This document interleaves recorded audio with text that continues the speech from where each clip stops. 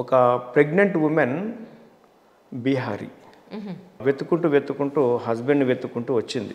అయ్యో, హైదరాబాద్కి. Pregnant women, 8th month pregnant women. Okay. వచ్చిన తర్వాత అప్పటికి husband alienated to other lady, attached to other lady. అంటే ఈ అమ్మాయిని మోసం చేసి వచ్చేసాడా?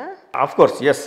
అంటే అక్కడ ఆమెకు ఆల్రెడీ ఒక హస్బెండ్ ఉండేవాడు. హస్బెండ్ బాగా తాగుడుకు అలవాటు పడి సపరేట్ అయిపోయింది. ఇతని వల్లే సపరేట్ అయిపోయింది. ఇతన్ని ఆమె ఊరికే తీసుకెళ్ళి అక్కడ ఊళ్ళో పెట్టుకుంటే అతను ఆ ఊళ్ళో ఉన్నటువంటి ఒక ఫ్యామిలీకి అలవాటై వాళ్ళకు స్ట్రాటజికల్గా అందరు హైదరాబాద్ షిఫ్ట్ అయ్యారు పని రూపంలో. ఎక్కడ ఉంటుందో తెలియదు. ఒక ప్రెగ్నెంట్ ఉమెన్ బాగా వెతికి దొరకపట్టుకుంది. మొత్తం మీద వాళ్ళని పట్టేసింది. పట్టుకున్న తర్వాత వాళ్ళు ఆశ్చర్యపోయారు. మొత్తం మీద వాళ్ళు డిస్కస్ చేసుకుని ఇంకా ఈమె వద్దు, అడ్డు తొలగించుకోవాలి అని వదిలిపెడదాం అనుకున్నారు. పంపించేసి చలో ఊరికి వెళ్ళిపోదామని హస్బెండ్ అంటే చిన్న బాబుని తీసుకొని వచ్చిందంట ఆమె. అంటే ఫస్ట్ హస్బెండ్కి పుట్టినటువంటి బాబే. అబ్బాయి పేరు జతిన్, పేరు గుర్తుంది. మీకు ఇప్పటికీ గుర్తుంది సార్? గుర్తుంది. అంటే ఇంట్రెస్టింగ్ చెప్తున్నాను. జతిన్ అప్పుడు 7 years బాయ్ తీసుకొని వస్తుంది. వచ్చిన తర్వాత ట్రేస్ అవుట్ చేస్తుంది. సో మొత్తం మీద వాళ్ళు ఫస్ట్ హామ్ చేయాలని లేదు, కానీ ఫ్యామిలీ మళ్ళీ వెళ్ళిపోవాలనుకుంది. మొత్తం మీద అతను ఇక్కడ ఉన్నటువంటి accused, one of the accused persons, అతను ఈమెను తీసుకొని వెళ్ళిపోయాడు. మళ్ళీ మధ్యలో నాగ్పూర్ దగ్గర స్కిప్ చేసేసి ట్రైన్లో ఇతను వెనక్కి వచ్చేస్తాడు. ఆమె నన్ను స్కిప్ చేసి వెళ్ళాడని చెప్పి ఆమె ఏం చేస్తుంది, మళ్ళీ ఆమె కూడా వాపస్ వచ్చేస్తుంది. వచ్చేవరకు మళ్ళీ ఇక్కడ ఉంటాడు ఈయన, మళ్ళీ పట్టుకుంటుంది. అప్పుడు వీళ్ళకి ఏం ఆలోచన వస్తుంది, పూర్తిగా తొలగించుకోవాలని. సో ఇక్కడ ఉన్న లేడీ, అతను, ఆ లేడీకి ఆల్రెడీ ఒక పెద్ద కొడుకు ఉంటాడు, ఇప్పుడు ఒక రెస్టారెంట్లో పనిచేస్తాడు. ఆ లేడీ హస్బెండ్ కూడా ఉంటాడు, అది ఓల్డ్ ఏజ్. కానీ వీళ్ళ మధ్య ఉన్నటువంటి యాజ్ ఎ కంకుబైన్ అండ్ పారామోర్ రిలేషన్ ఏదైతే ఉందో, కానీ హస్బెండ్ తెలియదు, కొడుకు కూడా తెలియదు, ఆమె కొడుకు కూడా తెలియదు. కానీ నలుగురు కలిసి, ఆమె అంటే కొడుకుకు బాగా ప్రాణం, ఈమె మనకు ఆర్థికంగా భారం అయిపోయింది, ఈ రీజన్ తీసుకొస్తారు. ఆర్థికంగా భారం అయిపోయింది, ఈమె ఇంకా కొద్ది ఇక్కడ పోవట్లేదు అసలు. వీడేమో ఆమె హస్బెండ్ ఉన్నాడు కదా, సెకండ్ హస్బెండ్, ఇతనేమో మనకి ఇక్కడ పని చేయడానికి అవసరం కాబట్టి అతను అవసరం, ఈమె వద్దు అని అట్లా ఆమె హస్బెండ్కి కూడా ఆమె కన్విన్స్ చేస్తుంది. One of the accused persons. నలుగురు కలిసి ఆమెను కొట్టి చంపేసి ఒక ఎలక్ట్రికల్ పోర్టబుల్ కటింగ్ మిషన్ తీసుకొచ్చి బాత్రూంలో తీసుకెళ్ళి టాయిలెట్లో మొత్తం ముక్కలు నరికి కోసేసి, ప్రెగ్నెంట్ లేడీని ఒక టార్సన్ వదిలిపెట్టేసి అన్ని ముక్కలు చేసేసి ఒక రోజంతా బాత్రూంలో పెట్టి బ్లడ్ అంతా వెళ్ళిపోయిన తర్వాత 2-3 సంచులు తీసుకొచ్చి 2 సంచుల్లో ప్యాక్ చేసి lady son and accused person, ఇక లేడీ హస్బెండ్ ఎట్లా కొంచెం ఓల్డ్ ఏజ్డ్, ముగ్గురు కలిసి ఒక చోట డంప్ చేసేస్తారు. Gachibowli police station limits. Pinky murder case అని విని ఉంటారు మీరు. అవును sir. Pinky botanical garden. I'm that investigating officer. Okay. As a Gachibowli SHO, I'm that investigation officer. So ఆ కేసులో ఎవరు చేశారు ఏంటి అసలు, ఆమె ముఖము క్లూయే లేదు.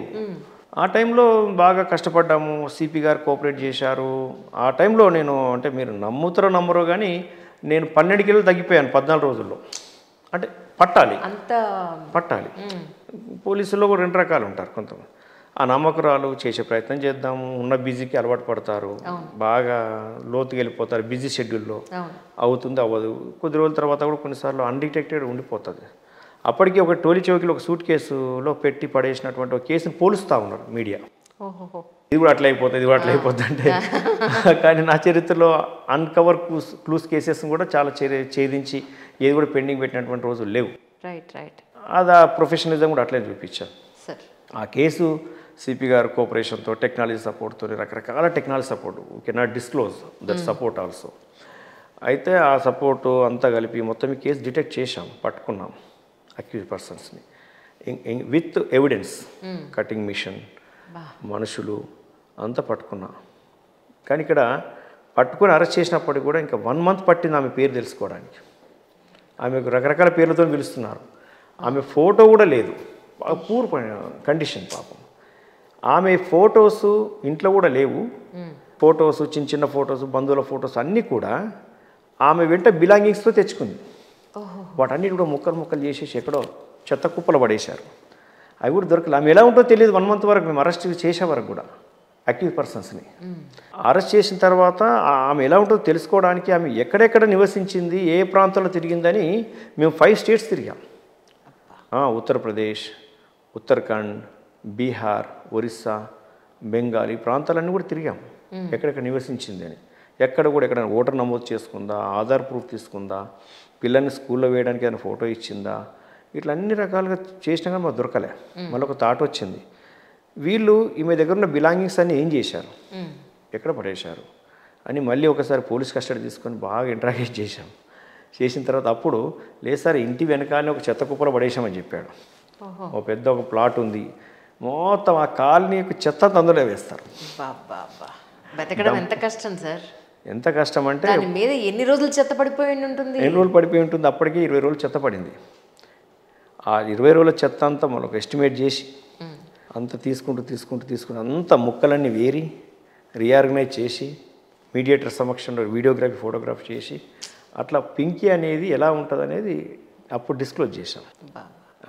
మాకు సపోర్ట్ టీమ్స్ కూడా ఉంటాయి, బట్ యాజ్ ఇన్వెస్టిగేటింగ్ ఆఫీసర్గా నాకు సపోర్ట్ టీమ్స్ కూడా ఉంటాయి. సో అంతా చేసి అట్లా ఒక రీఆర్గనైజ్ చేసి అన్ని ఆధారాలతో సహా. ఐ విట్నెస్ లేడు ఆ కేసులో. ఐ విట్నెస్ లేని కేసు అసలు నిలవదు కదా. అదే కదా సార్. ఎలా నిలవదు, అసలు ప్రాసిక్యూషన్లో నిలవదు. మేము టెక్నికల్గా DNA cross matching, blood samples, బట్టలు అన్ని, స్కల్ సూపర్ ఇంపోజిషన్, ఇట్లా టెక్నాలజీ అంతా వాడాం. అంతేకాదు నేను డిటెక్షన్ స్టేజ్లో ఈ లేడీ ఎవరో ప్రెగ్నెంట్ లేడీ కదా, మొత్తం మీద మేల్ బాయ్ ప్రెగ్నెంట్ లేడీ కదా, దీనికి ఎట్లా డిటెక్ట్ అవ్వట్లేదని ఏ రేంజ్కి వెళ్ళిపోయామంటే అంగన్వాడీ టీచర్స్ అంతా మొబిలైజ్ చేసి ఎవరినైనా ఫీడింగ్ కోసం వెళ్ళిందా, అక్కడ డీటెయిల్స్ ఏమైనా దొరుకుతాయా, ఏం పేరు రాయించింది అని. వీళ్ళ పేరు కూడా సరిగ్గా చెప్పట్లేదు దొరికిన యాక్టివ్ పర్సన్స్. ఇది మనం పట్టుకోలేము, లేదంటే అబ్బాయి ఎవరు చూస్తారు అని మీరు వదిలేకుండా అసలు ఒక అన్నోన్ పర్సన్ని కూడా మీరు అది. నా ఫ్రెండ్స్ అంతా ఇదే కామెంట్ చేశారు, నా ఫ్రెండ్స్ కూడా ఇదే కామెంట్ చేశారు. ఎందుకంటే అసలు ఏ విధంగానూ మీకు అనమ్మకురాలు. అయితే డిటెక్షన్ అంతా ఓకే జరిగిపోయింది, బట్ ఇన్వెస్టిగేషన్ ఇంపార్టెంట్. అంత క్రూరంగా చేసినప్పుడు ఎట్లా వదిలిపెడతాం? ఎప్పటికైనా వాళ్ళకి శిక్ష పడాల్సిందే. ఈవెన్ అన్ని హైదరాబాద్ చుట్టుపక్కల ఉన్నటువంటి అన్ని గైనిక్ సెంటర్స్ నుంచి బ్లడ్ శాంపుల్స్ తెప్పించాను. ఎక్కడైనా బ్లడ్ శాంపుల్స్ ఇచ్చారేమో లోకల్ అయితే ఆ బ్లడ్ షాంపులు, మృతదేహం మీద బ్లడ్ షాంపులు అన్నీ డిటెక్ట్ చేస్తే ఒకటే డిఎన్ఏ వచ్చింది అనుకోండి, ఈమె డీటెయిల్స్ అక్కడ దొరుకుతాయి అనమాట. అంటే ఇన్వెస్టిగేషన్ అంటే అంతే కదా, అంటే బేసిక్ ఇన్వెస్టిగేషన్ చేస్తారు, చెయ్యరు కొంతమంది. సో అట్లా అన్ని రకాలుగా ఈవెన్ కట్టిపడేసే సంచులను కూడా, అది ఎక్కడో ఆరిజిన్, ఆ సంచి ఆరిజిన్ ఎక్కడో రాజస్థాన్లో స్టార్ట్ అయింది, ఇక్కడ దాకా వచ్చింది, ఇక్కడ నుంచే ఇది డంప్ అయింది అని. ఒక సంచి ఎక్కడో గుంటూరులో ఆరిజిన్, ఒక మిరపకాయల సంచి, ఆ సంచి అక్కడ నుంచి మొదలై ఇక్కడికి వచ్చింది. ప్రతి సంచి కూడా ట్రావెల్ తెలుసుకోగలిగాం. అట్లా అన్ని విధాలుగా అనమాట. అంటే బాడీ పార్ట్స్ ఒక ప్లేస్లో దొరకలేదు మీకు? ఒకటే 2 సంచులు ప్యాక్ చేసి పడేశారు, ర్యాప్ చేసి పడేశారు. కడుపులో బేబీ ఉండగానే ఇదంతా ఎంత దారుణం అండి. మనుషులు అంత క్రూరంగా ఎలా అయిపోతారు? క్రూరంగా చేశారు. ఈవెన్ ఆ శిశువు డిఎన్ఏ కూడా చేయించాను. అక్కడ మళ్ళీ సమస్య వస్తుంది. డిఎన్ఏ ఇప్పుడు ఎందుకు చేయించామంటే, అసలు వీడు మాకు ఇంట్రాగేషన్లో ఎందుకు చేసేవారంటే, నాకు ప్రెగ్నెంట్తో కనపడింది సార్, కోపం వచ్చింది అన్నాడు. అని కన్ఫెషన్లో ఆ విషయం చెప్పాడు కదా, ఇది కూడా క్లియర్ చేయాలి ఇన్వెస్టిగేషన్లో అని. మేము ఆ శిశువు డిఎన్ఏ కూడా చేయించాం. అంతేకాదు అన్నౌన్ డెడ్ బాడీ కదా, మరి ఏదో డెడ్ బాడీ మీద ఇన్వెస్టిగేషన్ చేసి అమాయకులను అరెస్ట్ చేసినామంటారు కదా. అప్పుడు ఈమె యొక్క తల్లిదండ్రుల డిఎన్ఏని కూడా చేసి వాళ్ళ కూతురు అని కూడా కనెక్ట్ చేశాం. న్యాయం చేశారు సార్, న్యాయం చేశాం. అయితే అసలు సమస్య ఎక్కడ వచ్చిందంటే కరోనా పీరియడ్, ట్రయల్ ఆగిపోయింది. 3 జడ్జిలు మారిపోయారు, వీళ్ళంతా జైల్లో ఉన్నారు. బీహార్ పోతే మళ్ళీ రారు. ఒక 15 సార్లు బెయిల్ పిటిషన్ వేశారు. ప్రతిసారి ఇంట్రెస్ట్ తీసుకొని ఈ ఫోటోగ్రాఫ్స్ అన్ని కోర్టులో ప్రజెంట్ చేసుకుని ఇంతకంటే క్రూరమైనది కూడా ఉండదు అని ప్రొజెక్ట్ చేసుకుంటే 15 సార్లు బెయిల్ అపోజ్ చేయించాం. వాళ్ళు ట్రయల్ అయిపోయిన నాటికి 6 సంవత్సరాలు జైల్లో ఉన్నారు, వెళ్ళనీయలేదు బయటకు. ఎంత పెద్ద కేసులో అయినా 1 సంవత్సరంలో 15 నెలలు బెయిల్ ఇచ్చేస్తారు. ప్రతిసారి బెయిల్ అడ్డుకున్నాం. నేను ఎక్కడ ట్రాన్స్ఫర్ మీద వెళ్ళినా ఆ ఫైల్ నా దగ్గరే పెట్టుకొని ఆఫీసర్స్ పర్మిషన్తో ఆ ఇన్వెస్టిగేషన్ బాగా జరిగింది, నేర శిక్ష పడాల్సిందే అని పెట్టుకొని కరెక్ట్గా ప్రొజెక్ట్ చేసి నా ప్రాసిక్యూషన్ కూడా నా ఎవిడెన్స్ డిపోజ్ అనేది 4 రోజులు జరిగింది, క్రాస్ 13 రోజులు జరిగింది ఆ కేసులో. ఎందుకంటే అడ్వకేటు సీనియర్ అడ్వకేట్. మీకు ఎథిక్స్ అండ్ వాల్యూస్ ఉన్నాయి కాబట్టి, సొసైటీ మీద మీకు ఒక కన్సర్న్ ఉంది కాబట్టి దాన్ని పట్టుకున్నారు మీరు అలాగా. అదర్వైజ్ ఏం చేస్తానులే, ఎన్ని కేసులు పెండింగ్ ఉన్నాయి కదా అని మీరు ఒక్క సెకండ్ అనుకున్నా ఆ కేసు క్లోజ్ అయ్యి ఉండేది కాదు ప్రాపర్గా.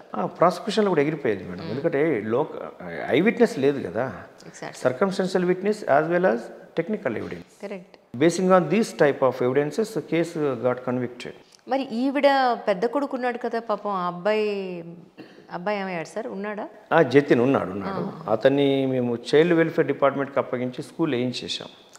అతని యొక్క ఎవిడెన్స్ కూడా రికార్డ్ అయింది, చాలా అద్భుతంగా రికార్డ్ అయింది, చాలా మెచ్యూర్డ్. ఆ అబ్బాయిని నేను వదిలిపెట్టాను ఫ్యూచర్లో. నేను ఎవిడెన్స్ అయిపోయిన తర్వాత జడ్జి గారికి కలిసి జడ్జిమెంట్ రాసేటప్పుడు ఫ్యామిలీకి కంపెన్సేషన్ కూడా అవార్డ్ చేయండి అన్నాను. కంపెన్సేషన్ అందులో రాశారు, అంటే అబండెంట్ ఫ్యామిలీ కింద రాశారు. అదంతా కూడా క్లెయిమ్ చేయించి పంపించే ప్రక్రియలో ఉన్నాం. అంటే అంత ఇంపార్టెంట్ కేసులో లైఫ్ కన్విక్షన్ అంటిల్ డెత్. ఎంతమంది సార్ మొత్తం అందులో ఇన్వాల్వ్ అయింది? 4 అక్యూజ్డ్ పర్సన్స్ కూడా అంటిల్ డెత్ పనిష్మెంట్ వచ్చింది. Conviction case successfully ended. So this is one of the cases. అంటే ఇటువంటి సిమిలర్ కేసెస్ ఉన్నాయి. ఇంకా హార్ట్ టచింగ్ కేసెస్ కూడా ఉన్నాయి, కొన్ని ఆత్మహత్యలు ఆపినటువంటి కేసెస్ ఉన్నాయి. కొన్ని సందర్భాల్లో కేసులు మూసినప్పటికి కూడా నేను అక్కడికి ట్రాన్స్ఫర్ మీద వెళ్ళిన తర్వాత కూడా కేసు రీఓపెన్ చేసి పాత కేసు అయినప్పుడు కూడా దాన్ని డిటెక్ట్ చేసినటువంటి రోజులు ఉన్నాయి. నాకంటే సీనియర్ ఆఫీసర్స్ ఇన్వెస్టిగేషన్ చేసి క్లోజ్ చేసిన కేసెస్ కూడా మళ్ళీ నేను రీఓపెన్ చేసి ఇన్వెస్టిగేషన్ చేసినటువంటి సందర్భాలు ఉన్నాయి.